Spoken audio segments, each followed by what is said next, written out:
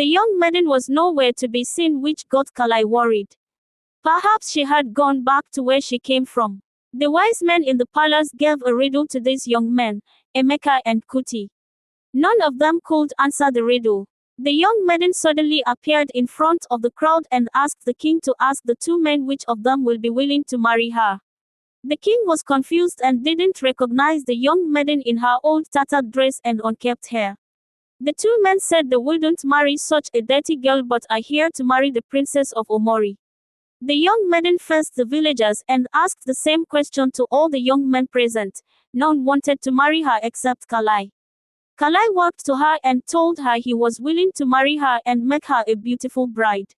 The young maiden asked Kalai if he could answer the riddle given by the wise men, for the gods was with him. To the amazement of everyone, Kalai gave the right answer to the riddle. The young maiden later knelt before the king and told him she was Zima, his daughter.